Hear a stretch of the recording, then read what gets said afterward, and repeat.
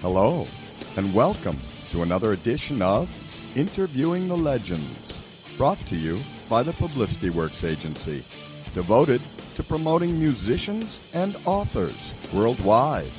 Call us today at 941-877-1552 to start your free publicity evaluation. Remember, we shine only when we make you shine. Please welcome the host of Interviewing the Legends, music journalist, author, and entrepreneur, Ray Shasho.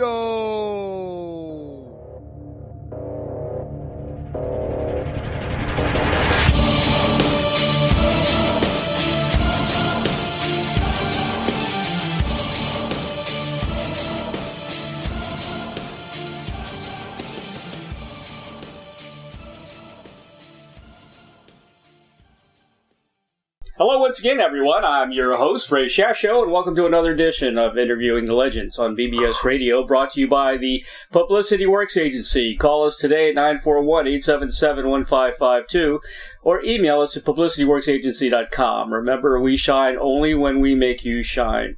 And by the Rockstar Chronicles, Series 1. That's my new book, featuring over 45 intimate conversations with the greatest music legends the world will ever know. Available now at bookbaby.com and amazon.com. Rick Wills is a British bass guitarist. He is best known for his work with the rock band Foreigner and his associations with the Small Faces, Peter Frampton, and Bad Company. Wills joined the rock band Joker's Wild in 1966 with David Gilmour on guitars and vocals until they broke up in 1968. He played bass on Peter Frampton's first 3 albums before parting from Frampton in 75.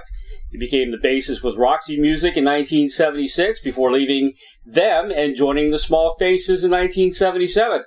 During that reunion period, he left the Small Faces and appeared on David Gilmour's critically acclaimed solo LP in 1978 with William Wilson on drums. The next year, Wills became a member of rock band Foreigner and remained with them for 14 years. After leaving Foreigner in 1992, he joins Bad Company and stayed there until Boz Burrell rejoined the band in 1998. In July of 1999, he filled in for Lynyrd Skynyrd bassist Leon Wilkeson for live shows when Wilkeson briefly took ill. He appeared at the Steve Marriott Memorial Concert on the 24th of April in 2001 as part of a backing band with Bobby Tench, Starkey, and Rabbit Bundrick. Wills was reunited with Small Faces drummer Kenny Jones in the Jones Gang during 2006 and appeared with the RD Crusaders for the Teenage Cancer Trust at the London International Music Show on the 15th of June of 2008. Wills left the Jones Gang in the summer of 2005 and was replaced by Pat Davey. Rick co-wrote the songs Do You Feel Like We Do and Doobie Wah during his time with Peter Frampton. To date, Rick Wills has played bass guitar on 113 published albums and singles. Please welcome legendary bass guitarist Rick Wills to Interviewing the Legends. Hello, Rick. Hi, Ray. How you doing? I'm doing good, man. You know, you are a walking classic rock music anthology. Well, you know, if I'd have thought about this when I was like 12, 13 years old starting out on guitar, I would never have dreamt I could have done all those things. It's just been amazing. I've been so lucky to work with some of the very best musicians in the world, and it's been a real pleasure. Yeah, not many people can say they played with that many bands, you know, and made a difference. I know. It just worked out that way. As one door would close, another one would open, I guess, and that's how it's been throughout my life, and it's been very interesting, I must say. Well, it's incredible. You've had a great career. What's going on nowadays? What are you retired? Are you still working in the studio? What are you doing? Well, no. What we were doing is when Foreigner go out on tour, the current band with Kelly Hansen fronting. Right. I and Al Greenwood and Mick Jones would turn up at certain shows and play with the band. Right. Usually just sort of end the show with them. And it was really working well until this COVID-19 came along and just put a dustbin lid on it, the whole thing, you know. So we just had to go home and sit on our hands, as it were. But I still play. I mean, I play at home quite a lot, and my son's very active in the songwriting department, and we talk, and we're also, you know, we're actually working on a book right now of my life. So we're doing things at home to stay safe. Have you kept notes all these years, and do you have pictures for the book? I have a lot of pictures. Good. I don't have all the stuff I would need, and I will need some help from family members like my sister and that to really sort of tell me where it all started. Because obviously the first 3 or 4 years of your life, it's just, you don't remember it really, because you're just a baby and you're a kid and you're growing up. And, you know, I was born in Somerset in the UK, and all I remember is that we moved an awful lot. My father, he was a carpenter and joiner, and he just worked on estates and for different farms and stuff, and we seemed to move an awful lot. I just seem to remember removal lorries and stuff turning up all the time and just moving house, and it was kind of sort of really sort of unsettling in some ways, until we eventually moved to Cambridge. That was in 1960 when I was 12, 13 years old. I was born in 47, so I'm 72 now. Right. And that's when really things just started to happen, because I was just crazy about guitars. I used to draw them on everything I could get my hands on, and then I pestered my mother so much that I wanted a guitar, because I loved some of the records I'd heard on the radio by Lonnie Donegan, and then the Shadows came along, people like that who were Cliff Richard's backing group. And I just knew there was something there that I had to do, and I was just driven. I mean, school and stuff didn't really do much for me. I went and did what I had to do, but couldn't wait to leave. And then I discovered that not far from where I was living in Cambridge, there was a guy called David Gilmour, and he was a year or two older than me, but he was also really keen and crazy about music too, and we both ended up in local bands before we ended up actually working together, because we both had a dream, I think, you know, to try and make it in this world, as they say, you know, which we eventually did. In 66, we moved out of Cambridge, went to London, and just sort of hung out in people's flats, and, you know, just tried to get somewhere. And David was being recognised because of, I guess, his looks. For some reason, his guitar playing was excellent. He had a great voice. Right. And different people from different sort of companies were very interested. Brian Epstein was interested, obviously the Beatles manager, Andrew Oldham. And, you know, the only kind of worrying thing, I think, for David was there was a very gay scene there, and he wasn't too keen on that. So they decided to pack us off to Spain in 1966 to try and get our act together, as they say, you know. So that's how it all really began, to really change over into a more professional way of doing things, apart from being, you know, the local bands we've been in Cambridge, which were good, but we knew that the guys in those bands weren't really going to really carry it through, as it were. You know, you have to really be passionate about this to do it, because it can be awfully tough at first. I mean, it can be heartbreaking, in fact, at times, you know, when you can just go up and down motorways and roads doing gig after gig, and it doesn't ever really seem to get very far, but, you know, you just got to keep going, I guess. You just can't give up, and I never did. You know what, you guys were lucky in, I guess, because the UK wasn't a large country. All the musicians lived kind of close to each other. I talked to Jim McCarty, you know, from the Yardbirds, and he was telling me how close Clapton and Beck and Page lived close to each other, you know? Yeah, because they were so competitive back then. That was the wonderful thing about the English music scene. It was kind of small compared to the American scene, and we'd learned so much from all the American artists that we've been listening to, and there was this explosion of talent after all those dreary dark years after the Second World War through the 50s, where everything seemed up against you, you know, everything was hard, and people were rebuilding the country, and for the youth of that time, the teenagers, it was like a time to be really rebellious and just do something different, and that's exactly what they did. Now, when bands like the Yardbirds, the Who, the Small Faces, those bands came out, it was just incredible. The Beatles obviously led the way to a a certain extent after the first, sort of the first wave of the artists like Cliff Richard and Marty Wilde and all these different guys that come along, and they just took it and they really got serious about it, and that's where the competitiveness came between Eric Clapton, Jeff Beck, all those guys, Jimmy Page. They were just driven, and we just got on their coattails and went with it.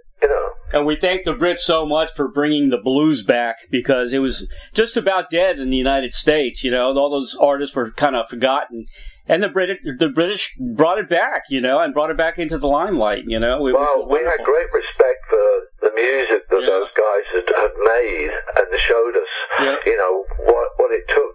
I mean, a lot of it came from the attitude of the players, obviously, because they were mostly poor, from very humble backgrounds. And, when you've got that behind you, you play with a certain amount of emotion and feel that's hard to replicate, really. But I think we just did that and learned the basics and then took it to another level in other ways. It got louder, it got bigger. And by coming to America, which for us was like, oh my goodness, it was just such an eye-opener to come to America, where it was just like the land of the goodies, Everything just was bigger and better and flashier and big cars and everything. It blew my mind when I first came to New York. I was like, wow, this is just amazing. Yeah. And, we all aspired to break into America somehow, and that's really what drove us on. I mean, we had to do it, and we did. Now was Cochise, was that before Joker's Wild? Cochise, no, that was after. That was after Joker's Wild. Okay. We'd been living in Spain, right, Dave, and we were really poor, I must admit. We were pretty much struggling. We ended up living in Paris for over a year, and we worked out of Paris, pretty much the whole of France. We drove over and around, did shows and gigs with different people, like the Trogs and all kinds of people. And then Dave got the call about Pink Floyd, because they were friends of his. They'd kind of grown up. Some of them were from Cambridge. And the lead player in the band, Sid Barrett, had completely overdone the drug thing with LSD and was in a really bad way. I mean, his mind was shot. He looked like he had two black holes in his head instead of eyes. So it was just really horrible, because he was a very good-looking guy. And he had some amazing talent, but he lost the ability to actually do it. He just couldn't face an audience. So they sort of asked Dave if he would help them out while they were sort of in their beginning stages, doing shows and gigs around the country. And they had an album out, and they had a hit single. And gradually, they just, Dave took Sid's place, and they just didn't pick Sid up one day when he went out to a show. And I know it sounds kind of mean, but it's how it is sometimes in the music business. It can be pretty hard. But Dave was the perfect replacement, and he just took the whole thing by the horns and just really, really got serious about what they had to do. Because Roger Waters was a great writer, but I wouldn't say he was the best musician, whereas Dave was way ahead from that, in that sort of area. He was a very fine musician already. He'd learned a lot, and we all had by doing the gigs we'd done. But that's how Dave became part of Pink Floyd, with Rick Wright, Nick Mason, and Roger Waters, and the rest, as they say, we all know is history, because it became bigger and bigger and bigger until Dark Side of the Moon, which was just unbelievably big for them, and then The Wall. And I'm so proud of them for what they did, because to see some of those shows, the production they put into it, and the thought, and all the things they put so much money back into the whole thing before they really, really made big money, and it paid off. It still blows my mind when I think watching those shows they did that were just incredible. Yeah, David did a fantastic job keeping the Pink Floyd name alive without Roger Waters too. I mean, all those albums he did as Pink Floyd was incredible. They were all awesome. Yeah, I mean, when we did the album, the first solo album together, he asked Willie and myself to help him out, and it was a lovely experience because we went to the south of France to a studio called Super Bear, just outside Nice, to record, and we were there, I don't know, probably 6-8 weeks doing all the laying down the tracks, and we just had the nicest time because we were really good friends, and we understood what David was trying to do because he wanted to make a statement that he could make an album without the others, and he really did. I think he did a really fine job. I love listening to that album. So some of the stuff on there, like I Can't Breathe, and there's No Way Out of Here, things like that, are just really good songs. That's probably one of my favorite albums of all time. Oh, that's great to hear that, Ray. It really is. It's so rewarding, years later when you look back on something you've done. Yeah. And obviously, I've done a lot of recording with different people, and it is just so nice. I mean, it's like when I look back from there and moving on from there to like when I joined Peter Frampton. Mick Jones I met when I was living in Paris back in '66. Amazing. He was there working with Johnny Halliday and Johnny Halliday's wife Sylvie Vartan, and Mick was living the life because Johnny Halliday was huge. He was like the Elvis Presley of France. Right. And Mick used to come and check us out at this club called the Bilboquet in Paris, and he was really sweet because he had some money and he would sometimes take us out for a drink or whatever because he knew we didn't have very much, that's for sure. So it was, that was the first time I really met Mick, and it's just so incredible that, years later in '79, I get the opportunity to audition for Foreigner, and in between that, Mick had come over to the UK and played on Peter's first solo album on a track called All I Wanna Be Is By Your Side, and it's a wonderful track if you listen to it, because it's played absolutely live in Island Studios in London, and it's one take, done. And Peter just literally showed us the chords when we walked in, and Mick was there. He was playing rhythm, and it just fell into place so perfectly with Mike Kelly on drums and Andy Bown on keyboards. And I should know that was one of the most special sessions I think I've ever done, because Mick and I just looked at each other and went, "Wow, this is so cool." And he remembered that when I auditioned for Foreigner those years later, after they'd had two very successful albums, and that's how I guess it came together really. I mean, Dennis Elliott, the drummer of Foreigner, kind of chose me, but Mick said, "Look, we can't just make that decision so quickly, Dennis, because we've got a lot of bass players to go through, and there was a lot of people who wanted that job, believe me." And I was very, very, very, very fortunate to be chosen to be part of that band, because it changed so many things in my life. I mean, from everything from where I moved from the UK to America, I lived in New York, and I moved to upstate New York, and just travelled the world with the band, and we were on such a high. It was just fantastic. Well, Foreigner definitely will end up in the Rock and Roll Hall of Fame. There's no doubt. I mean... Well, it's hard to understand or fathom why we're not there already. Yeah. But, there's obviously some political reasons. I don't know what they are.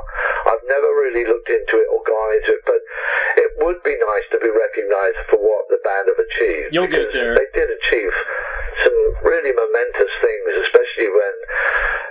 we did the Four album, which is hard to believe, but next year is our 40th anniversary of the Four album. And that was the #1 album for 10 weeks, which is, I think, is the record for Atlantic Records to this day. Yeah. That's a special album for me. I met my wife, and Waiting for a Girl Like You was playing. And it always reminds me of me. It does. Because people got married using that song, and all kinds of reasons.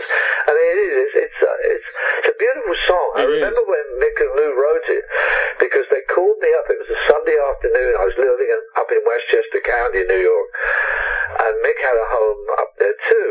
And he said, "Why don't you come over? Lou and I are working on a new idea." He said, "I think you're going to like it." And I did. I went over to his house, and they played me the beginnings of Waiting for a Girl Like You. And I said, "Well, if that isn't a #1 single, I don't know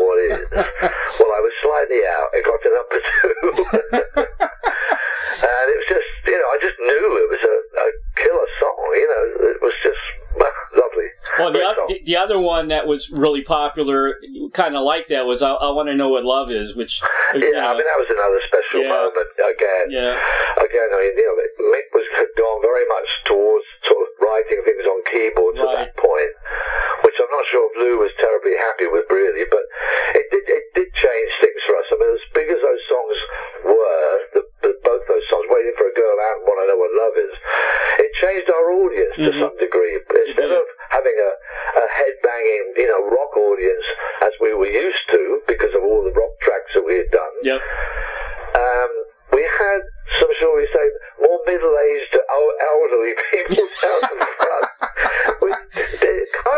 It was weird because I think they thought that's what we were like by then. But of course, we would come out on stage and usually start with something like Feels Like the First Time, going to Head Knocker and things like that, which were, they're pretty heavy rock songs. And we weren't shy. I mean, we were up there. We were loud and proud. I mean, we could lay it down. So it was a bit of a weird transition for us to go from the sort of rock band that we had been into suddenly this sort of more, I don't know how you would call it. It was just sort of more just a softer rock thing to do. Yeah. The quality was there, but it changed the feel of the band somehow. Sure. It's amazing though. It was relatively a small band for many years. You had Lou, Mick, you, and Dennis, and that was it, right?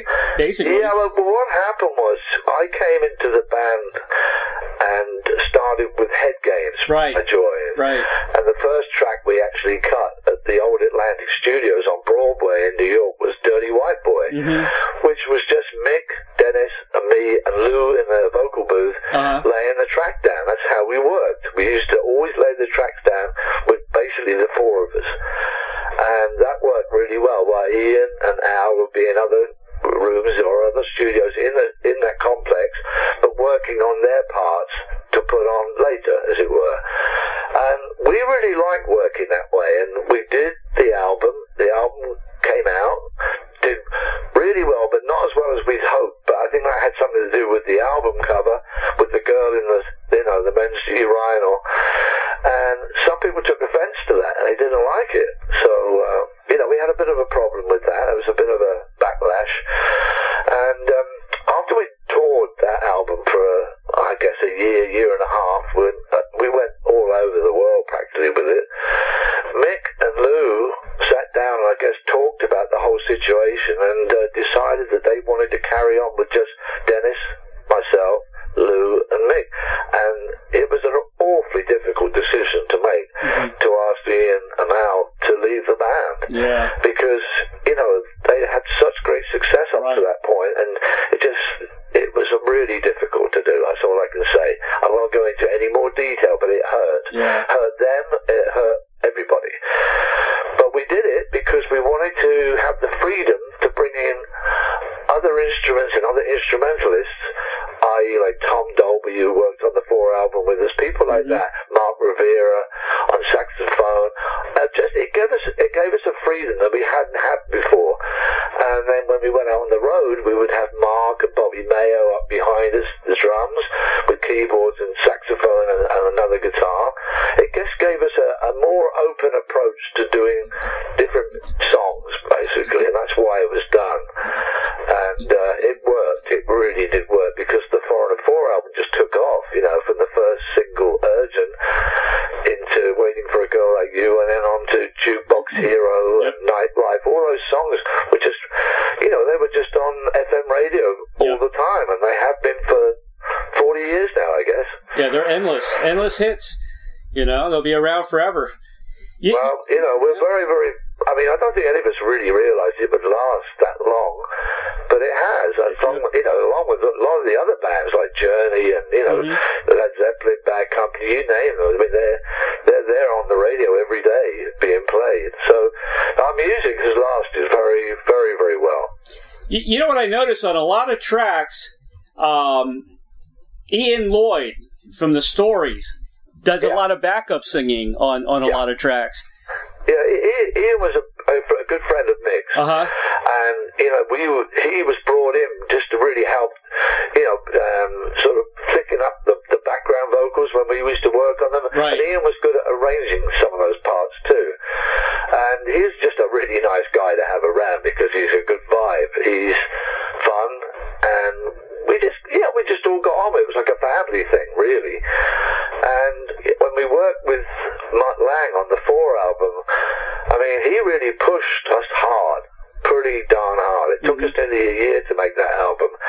And some of the stuff that he pushed Lou to do, like with Jukebox Hero, I don't know. I mean, I don't know how he got Lou to do it, because that's in the key of E. That's a high key.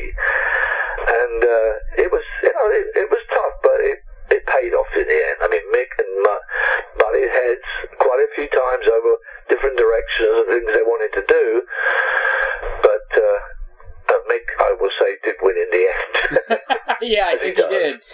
Yeah, and Lou's such a nice guy. I interviewed Lou, and we had a great conversation, and then, he was talking, of course he talked about his surgery way back when and how sick he was, and how he was so fortunate to find that doctor of his. It's a miracle. It is. I mean, he's been through such a lot.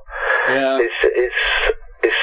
It's just terrible, really, what happened to him with the tumour and everything. Yeah. And, he's still not fully. Well, he's not. I mean, he's not that great in shape at the moment. To be honest, we're all getting older. Obviously, I know. I mean, Mick's had some heart problems. Yep. And one or two other things. That he's dealing with as best he can, and we've all got to go through this from time to time. Yep. I mean, I've just had a prostate thing done that I didn't know was going to happen until a few months ago when I was told there's a problem there, and we discussed it, and I said, look, at my age, there's only one thing to do. I don't want to go through chemotherapy. I don't want radiation. Yeah. I've just had it removed, and I feel great now. I feel fine, but it was, it's a big decision, and it was strange at first, but I feel fine now. I feel back to normal, and just would love to get back out on the road. Yeah, again. Exactly. It bothers me because there's so many people that are out and about not wearing a mask, and we can't have concerts, I mean... I just don't understand it. Yeah, I don't get it either. Why can't we have shows? Why people can't be more considerate to the fact that this thing is this virus is serious, and it's killed very serious. 140,000 people in the US alone so far. And I listened to the UK radio station called Classic FM. When I'm at home, and on the news they've got some very promising results from a vaccine they're working on at Oxford University. Good. And the first sort of batch of tests of over 1,000 people have proven to not only help people through this, but create antibodies as well. And it looks very promising that they can actually get over, 100 million doses out by probably later in the year, October maybe time, right, and start immunizing people to see if they can stop this spread, across the world.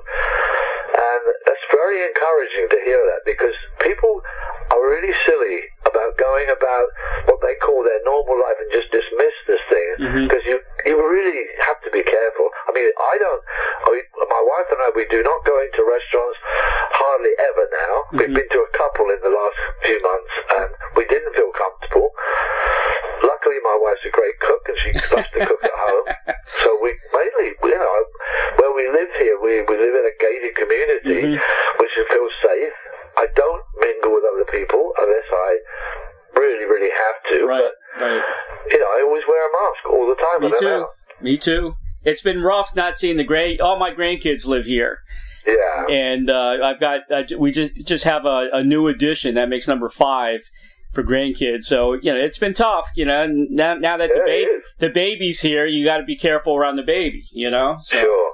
I mean, I've got, how many grandchildren now? 5 or 6? 5, I think, You're 5. losing count. So I've got 2 living in Miami with my son and his wife, Ben.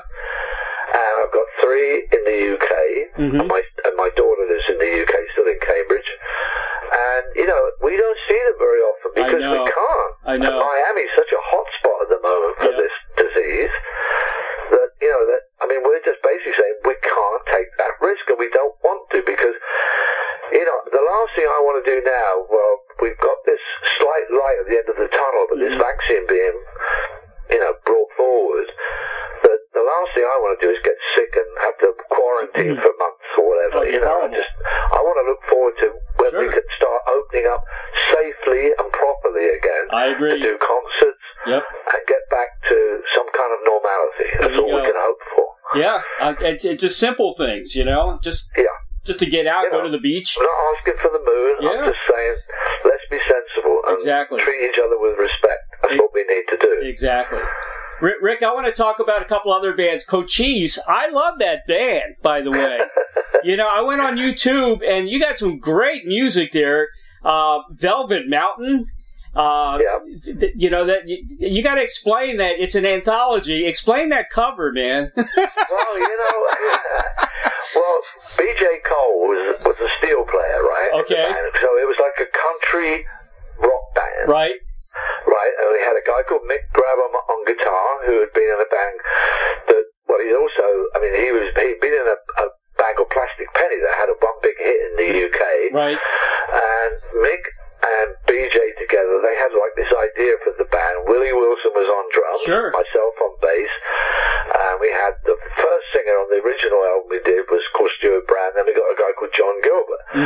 And they came up with some really interesting ideas, like you say, like, you know, Velvet Mountain, and the band was good. I mean, it really was a good band, but we just didn't have the success that it maybe deserved. But we sure did get, funnily enough, later in life, a lot more sort of acknowledgement about how the band sounded and were. I mean, we were a good live band. We did some really good shows in the UK. We never came to America with the band. It's a shame, but it was a good experience. And the first Cochise album, I'm trying to think which album that was on. Was it on Swallowtails, or what was it on? Can you remember? Which one, Velvet Mountain? Yeah. I think it was. I'm not sure if it was Swallowtails or not. Yeah, well, it might have been, but I can't remember. It's a long time ago now, like 69, 70. But, you know, it was unusual, I'd say that. And I enjoyed that time with the band. It was a good learning thing for me prior to, you know, at that time when Humble Pie had formed after the Small Faces collapse, when Steve left the band. And I'd been working with this guy called Jerry Shirley for a short time in Cambridge, who was the drummer of a band there called Little Women. And Steve Marriott was, you know, he knew Jerry because he'd produced a single for it. Jerry was only 16 at the time. And Steve had said to Peter Frampton, who was looking to form a new band because he didn't want to be known as the face of 68 any longer. He was a real pop star, Peter was at the time. And he said, I just got to get a band together, Steve, that gets respect for the playing, and, you know. And Steve said, yeah, I'll help you. He said, I'm going to recommend a couple of guys. One of them is his drummer, Jerry Shirley. You've got to go check him out. Greg Ridley, the bass player for Spooky Tooth, who's a really great bass player, also a great guy. And they were getting it together. And then Steve literally walked out of the Small Faces and said, I want to join too. And that's how Humble Pie formed. And this was in like 69. They came out with their first album with Natural Born Boogie as the first single, which was a hit, you know, straight away in the UK. And it was it was like a super group with Steve Marriott, Peter Frampton, Greg Ridley, Jerry, who no one had ever heard of, but boy, was he a great drummer. I mean, he was amazing. Some of the other tunes on from Cochise, Why I Sing the Blues is an awesome track. To me, it sounds, it sounds like Humble Pie and a little bit like Foghat in a way. Yeah, that's right. I mean, by then I got to know Steve by going to the sessions at Olympic Studios in London, and I asked him, I said, you know, would you mind coming to the studio one day with Jerry maybe and help us with some backing vocals? Well, what an experience that was, because we had to put Steve at the back of the room. He had such a loud voice. You know, you couldn't get him anywhere near the microphone because you wouldn't have been able to hear anybody else. He was just a power. I mean, he's like 5'4" of just pure energy. Steve Marriott is. You know, he's an incredible guy. I mean, some of the shows I saw them do in America as they got bigger and bigger, Steve was just such a dominating front man. He was amazing how he could hold an audience. And I even watched him in Madison Square Garden, which just holds 18,000 people, and he would be singing almost without the microphone near his mouth, and you could still hear him. Yeah, he was incredible. I mean, I'm so lucky to have ended up, when the Small Faces reformed, getting asked to do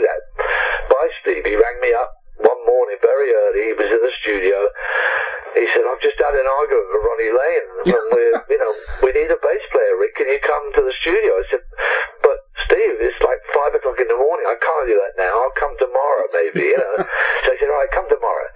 And that's how it started for me with them, and I'm so happy to meet Kenny and Ian McLagan and Steve Marriott, because they were like, wow, I mean, they were so good. Steve Marriott was incredible. I never got to see Humble Pie, but I saw Steve Marriott's All-Stars. Yeah. He had Greg Ridley in the band, and I think Ian Wallace, Mickey Finn. They were really powerful. I mean, they really were. They had some great tracks, and they did some great covers of songs, like Walk on Gilded Splinters, I Don't Need No Doctor, and all that sort of stuff. I mean, for me, one of the best live albums ever was Rockin' the Fillmore. Oh, yeah. They did. Oh, yeah. It's the best. It's an absolutely brilliant album. I agree with you 100%. Yeah, I Don't Need No Doctor's a classic. I mean, that's when you talk rock and roll, that's it. That's the song right there. That's where it's at. That's where it's at. That's the real deal. Yeah, that's the real deal. What you guys kind of rocked out on Cochise too with "Love's Made a Fool of You." That cover. Oh yeah, we could rock. Yeah, I mean, we knew what we could do, but we were just going through that sort of next phase, sort of up the ladder, as it were. Before I mean, I guess really when after Cochise and I joined up with Peter, that was my first kind of break. Because what had happened was before that, I joined these guys called Parrish and Gervitz, Paul Gervitz and Brian Parrish, who were being produced by George Martin, the Beatles producer. Sure. And they had some really good songs, but they didn't really have a lot of direction. So they said, look, we're going to do a tour of Canada and the US. This was the beginning of 73, I think it was. It may have been 72. And we started out in Toronto. We played about 2 weeks there in a club on the main drag through Toronto. And then we came down to New York, and we were doing small clubs down in the village and stuff. We did a few more gigs around the country, nothing really special. But when we came back, the core of the band was Mike Kelly on drums from Spooky Tooth, Mickey Gallagher on keyboards, and myself. And Peter knew me by then, and I'd been doing sessions for him on his solo album. He said, would you, be interested in forming a band with me and, coming to America, because I'm still with Dee Anthony, Humble Pie's manager, and we've got to start from the bottom again and work our way up. And that's exactly what we did. We came over and started opening shows for Jay Giles, Foghat, Edgar Winter, you name it. I mean, we just worked and worked and worked. I did 13 tours of America in 2.5 years. Wow. That was a lot of work. I mean, I wasn't home too much, and my wife wasn't terribly happy about that. But, you got to do what you got to do. Yeah. That's the way it works with musicians and if you're in a band. Yeah. I think I've been backwards and forwards across the pond, as they call it, a good few times. You paid your dues. I think I should get a gold star for that. Exactly. Well, you joined Peter Frampton, I think, with the album Wind of Change, right? Yes, that's right. Yeah, I started doing sessions for that. He was in Olympic Studios, and he had friends like Ringo Starr, Klaus Voormann, Andy Bound, myself, Mike Kelly, Billy Preston. A good bunch of people that would come in and cut different tracks. The first track I cut in was Plain Shame, which I really enjoyed because that was a good rock track. And the first song we ever wrote together was Do You Feel Like We Do? Never realizing that one day it would turn into this monster live song. It was the showcase song really of the whole set was Do You Feel Like We Do? It just got bigger and bigger, and I'm very proud to have my name attached to that song. Then Frampton's Camel, you guys actually recorded at Electric Ladyland, right? That's correct. Yeah. With Eddie Kramer, Jimi Hendrix's producer, lovely guy, English guy, Eddie. And we had a lot of fun. I mean, the English, we loved to make fun of each other and take the mickey out of one another, and we did that relentlessly on that album. And Electric Ladies, I mean, it's a tremendous studio. That's where we did the 4 on a 4 album as well, by the way. Oh, really? I didn't know that. Yeah. When we did the Frampton's Camel album there, we did it in the small studio, number 2 at the back of the studios, but for 4 on a 4 we used the main studio at the front, which we were there, I was going to say, for a year. We practically lived there for a year. Wow. Down good old HD. I don't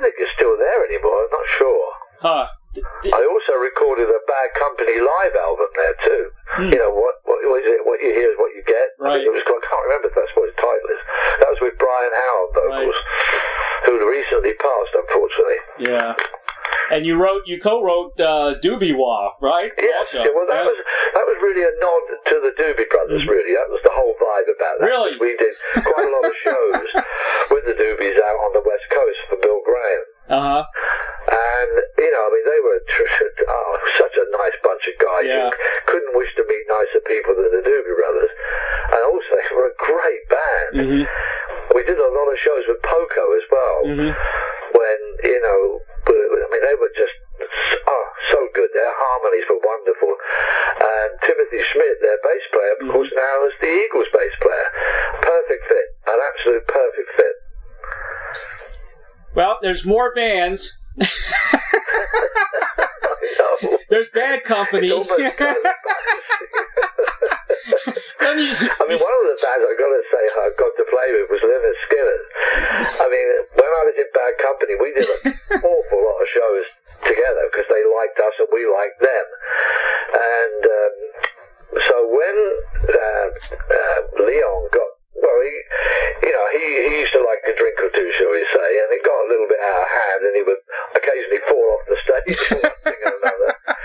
So that Joe Boylan, their manager, called me up and said, "Rick, would you be sort of able or capable of just coming and fitting in if Leon goes too far over the edge, as it were?"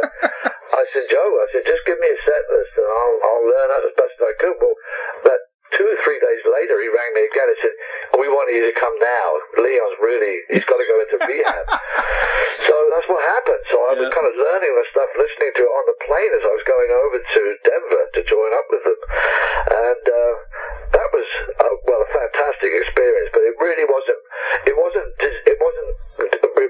perfect for me, shall I say, because the way their whole way of playing is different to what I'm kind of used to. Right.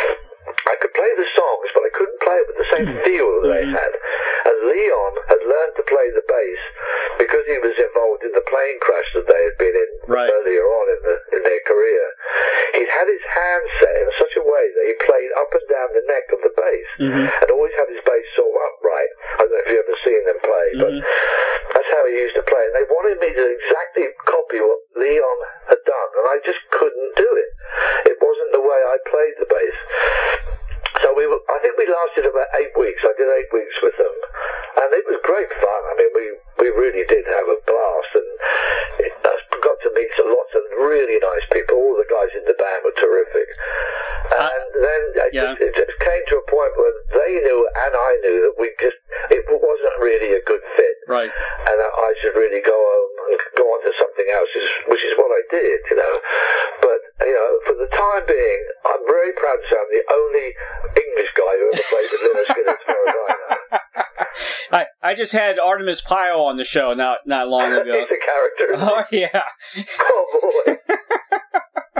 And he was in the plane crash, too. He's a guy that, knocked on the door and he got help, and pulled people out of the plane. And, we were talking about the movie he's got out now, Survivors, Yeah. Well, that was a tragedy there, but it sure was. They got through it. Yeah. Came out the other side. Yeah. I think going through anything like that is going to damage you somewhere or another. Oh yeah. You don't forget. They really did tear it up for a good few years on the road. That's for sure. Yeah. But they survived. There's not many of them left, unfortunately. No, there isn't. Gary Rossington's probably the only original left that I know of. Well, I had Ed King on this show. He just passed away recently, but he's a guy. Well, Ed wrote Sweet Home Alabama. He sure did. Yeah, he was a great. And he was in the Strawberry Alarm Clock back in the early 60s. Yeah. He used to frighten us to death sometimes. We would get in an elevator with Ed, and he used to like a drink or two, shall we say, and he would just pull a gun on you, really, just for fun. And that wasn't funny. Oh, boy, man. I remember that a couple of times. He just said, "I don't like you English ladies." Really? Oh, boy. Yeah, he did that a few times. Oh, man. He was kind of crazy, Ed. Rick, this is going to be a great book, and let me tell you. Well, Well, we're working on it. My son writes beautifully. He really does. Good. He uses my stories, and he just writes them in such a way that they just seem to mean more somehow. What we usually do, he just gets me a couple of glasses of wine. He said, right, tell me a story. Tell me about this. Tell me about that. And he doesn't. He just writes it all down. So we're just gradually going through the process of just. Some of the things I remember very well, and some not so well, because it's such a lot has happened in my life in those 50 years of playing. So it's we're working on getting it so it makes sense, so that it's got some humour, and it's interesting more than anything. I just want people to know that I've enjoyed every minute of being in rock and roll. I can't wait.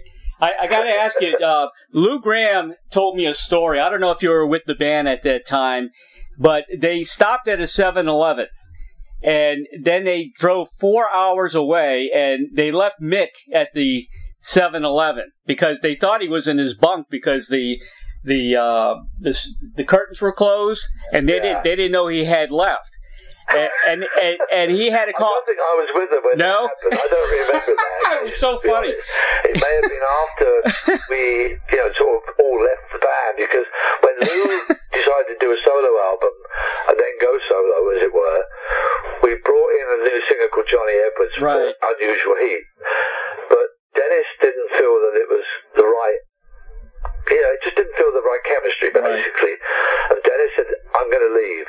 And I just didn't want to go on without Dennis, because he was my, he was my man. I was with the rhythm section. And I love the way Dennis Elliott plays drums. Yep. So I said, I think I'm going to call it a day too. And I said to me, I just think we've gone as far as we can at the moment. And I think maybe we should all take a break from this. And that's when I called up Simon Kirke and Mick Rouse and said, are you guys going out on tour this year with Bad Company? He said, yeah, September. I said, can I join you guys? He said, yeah. He said, because we're not very happy with the guy we've got at the moment. Yeah. I said, that would be fantastic. So I literally walked out the door of Foreigner and into the door of Bad Company in '92. That's crazy. And we did a 3.5-month tour of North America, all the way up to Christmas. And then I came down to Florida for my first time to Siesta Key with Mick Rouse and stayed at the Golf and Bay Club. And that's how I got to know this area and now live here. Mm-hmm. Yeah, you said Mick Rouse? Did Mick Rouse live here? Yeah, he had a place on the Golf and Bay Club. Oh, I didn't know that. Huh. Yeah, he did. He had it there for a long time. In fact, he used to come down here a lot. And that's when I got aware of all the intercoastal, this whole area. I just started looking around, and I said to my wife, when I get to 70, we're going to settle up in the UK, and we're going to move to Florida, because I've had enough of this grey winters, miserable mornings, cold, damp. She said, yep, I think we deserve it. So I said, that's what we'll do. So we came here, we kind of stayed in hotels and looked around, saw loads and loads of homes, and then found a place down here south of Sarasota. We're loving it. It is a little too hot in the summer, I have to say, but we can get by. Yeah. I found Sarasota. I did a fantasy camp with the Orioles because I was really into baseball as a kid. So I played baseball with the Orioles, and it was like a fantasy camp like they have for fantasy rock and roll. Yeah. And that was in Sarasota. It was here, and that's how I said, man, this is a nice looking place. Lovely. I mean, I love the thing about Sarasota. It's got kind of a European feel somehow to it downtown. Yes. When you've got theatres, you've got the opera, you've got everything. You've got Ringling Brothers. You've got all these really nice things, and the gardens. Mm-hmm. I just like the area a lot. I really do. It's not like living in Tampa or something like that. Right. It's different. It is different. Because I live just south of Sarasota, it's kind of slightly more rural down here. And, our house looks out on a big lake. We've got lovely wildlife. Mm-hmm. One or two alligators at times, but that's okay. You learn to live with them. And, it's just a nice laid-back place to live. I like that a lot. Yeah, we got a few rockers here. I know. Yeah, Dickie Betts. Brian Johnson from AC/DC lives over on Bird Key. Yep. Dickie Betts lives real close to me. He's got on Spanish Point. So, yeah, I know there's a few people around, but we all keep ourselves to ourselves pretty much. I know. You know, it's funny. All the guys I interview, they always want to know how the other guys I'm interviewing are doing because they don't talk. Yeah, it's weird. They were in the band together. We're on the road together. We're in each other's pockets all the time, hanging out at a bar or wherever, eating together, whatever. Because the current Foreigner lineup is just a great bunch of guys. Right. I love them all. I mean, Bruce Watson, Michael Bluestein, all of them. They're just really great guys. Chris Fraser, the drummer, Tom Gimbel, plays sax, guitar, everything basically. And Kelly Hans has got to be one of the best frontmen. I mean, he's just brilliant. Yeah. And he's the closest thing to Lou Graham ever. Vocally, I mean, he really is. And I love playing with the guys. I mean, we just enjoy each other's company. Oh yeah. You had what was it, the 40th anniversary? That was the big reunion thing. Yeah, we did that. I'm up in where were we? I'm trying to think. A casino called Soaring Eagle. Okay. We did that up in Michigan. All right. And that was just so much fun, getting all the original guys back together. And again, we did one or two other things. We did Sturgis, the motorcycle show out in South Dakota. Oh, that's got to be cool. Things like that. But I don't think it's not perfect for everyone. I mean, Dennis, I don't think he enjoys traveling very much anymore. Right. He's happy to be down in Florida on his boat. Lou, because of his health issues, it's not so easy for him to do anymore. And so, at the moment, really, it's either Ian McDonald, Al Greenwood, myself, and Mick, who will make appearances as and when we can. Right. And it's just a fun thing to do. As I said, this year we started out beginning of March. I flew up to Iowa, to Davenport. I did a show there with the guys, with Al. Mick wasn't there on that one. And then we drove, Al and I like to drive, and we drove over to Milwaukee. We did a show there at the Riverside Theatre. The next day we were all sent home. That was it. It's over, because of COVID. So it's a bummer because for the people I feel most for is our crew and the people that work for the band. They've all been furloughed. They've all been laid off. Yes, they're getting unemployment money and stuff like that, but for them, their life is being on the road with the band. Right. They're not used to being home in the summertime. I read on. They're climbing the walls. I know. We're all climbing the walls. Yeah, we all are. I read on Wikipedia that you did a show in Sarasota with Dennis Elliott and Foreigner. Is that true? We played at the Van Weasel. Oh, at the Van Weasel, really? Okay. Yeah, that was back in, I think it was 2015. I missed that show for some reason. Yeah, well, what happened was, we had booked a holiday. Right. My wife and I to stay in the Golf and Bay Club for a couple of weeks. Right. And I hadn't even looked at the itinerary, what the guys were doing, and then I said, oh, gee, they're playing Sarasota. I said, well, we're here. So I called up Phil Carlson, the manager of the band. I said, Phil, I'm going to be in Siesta Key. Can I come to the show? He said, come silly. Of course, Dennis is coming up. Mick's going to be there. We'd love to have you. So I said, you're on. We're coming. So we did. We just turned up, and Kelly introduced us. Place went nuts because they love to see the originals turn up. And I think we did Hot Blooded. I think we did I Want to Know What Love Is. A couple of other songs, and it just felt really good to do it together. And I hadn't seen Dennis then for years, or Mick for that matter, for a good long while. I'm so sorry I missed that one. A really nice catch-up evening of chatting and stories and one or two glasses of wine. Well, Mick doesn't drink these days; he's given up. But Dennis and I still enjoy a glass. Oh yeah. And of course, this area is known for its wine. I mean, everybody drinks wine here. Well, we recently turned onto a store called Trader Joe's. I'm sure you know it. Sure. And they have we love French rosé wine, and they have the best selection there, and at a reasonable price, I might add. So we love Trader Joe's. It's one of our favourite stores. We shop there at least once or twice a week, I'd say. So we like that. And Total Wine, of course, we also like that place. Yeah, that's a great place. Wonderful place. And they deliver. Oh yeah, they sure do. All right, Rick, you got to tell me about. You told me earlier you had a Keith Emerson story. Keith Emerson? Yeah. No, I don't think so. I thought, didn't you get locked in a bathroom or something? I thought it was Keith Emerson. No. No, not that I know of. Oh, okay. I've never met Keith, as far as I know. I thought it was a Keith Emerson story. Okay, never mind. No, I remember Emerson, Lake and Palmer, obviously. Because I always remember when I first saw them, they started their show with the classical music piece, the Common Man. Right. And I thought, how pretentious is this?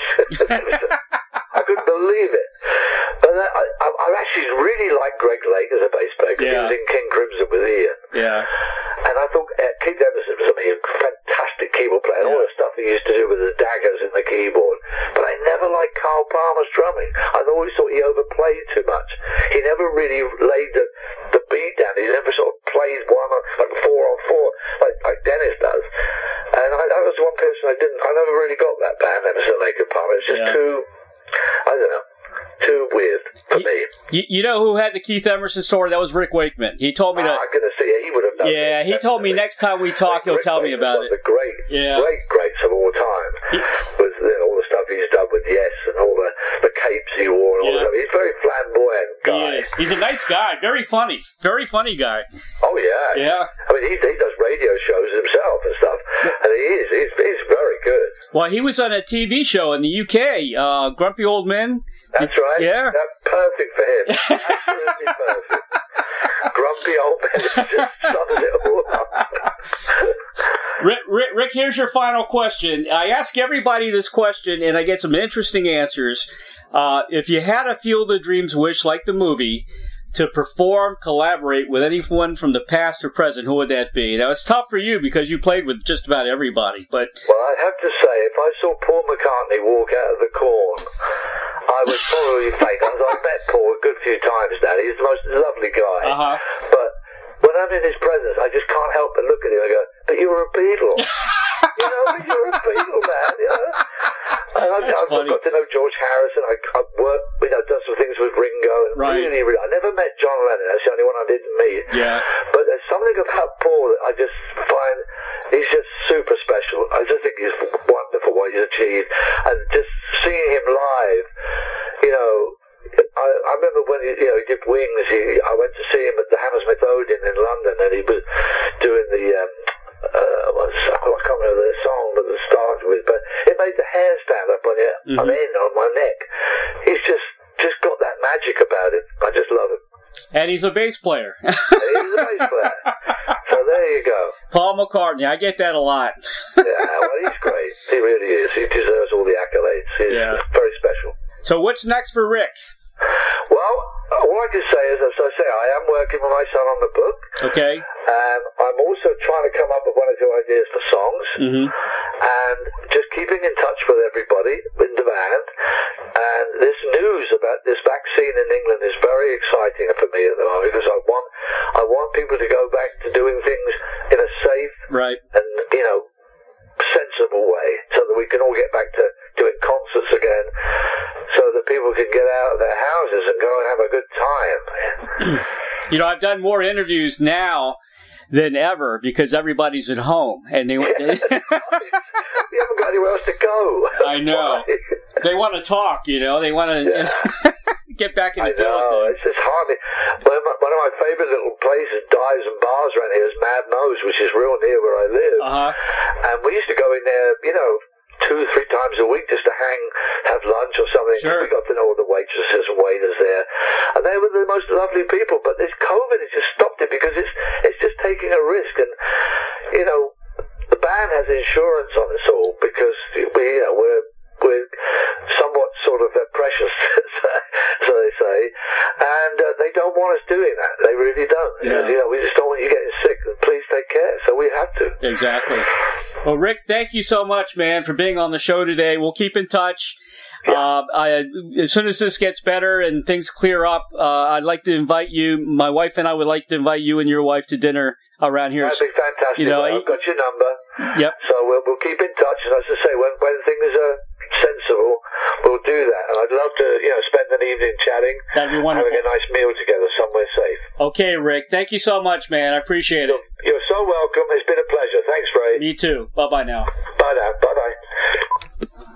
Very special thanks to Rick Wills for arranging this interview, and the dynamic duo of Doug and Don Newsom of BBS Radio for making the magic happen for each and every broadcast of Interviewing the Legends. If you have comments or suggestions for the show, contact me at interviewingthelegends@gmail.com. Please subscribe to my YouTube channel, Interviewing the Legends with Ray Shasho, for the very latest interviews. It is real news, people. And you can go to Rick Wills' fan page.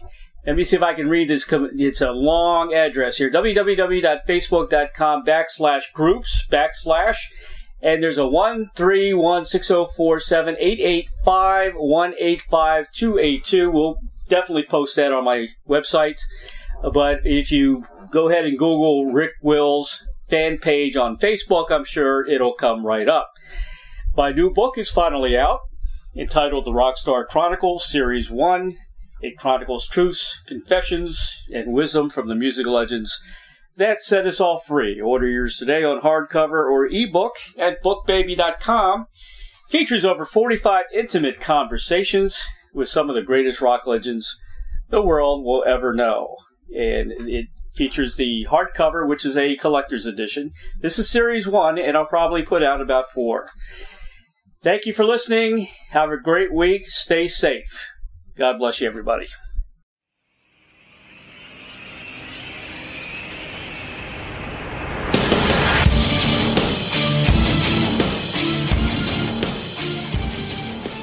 Thank you, everybody, for listening to Interviewing the Legends.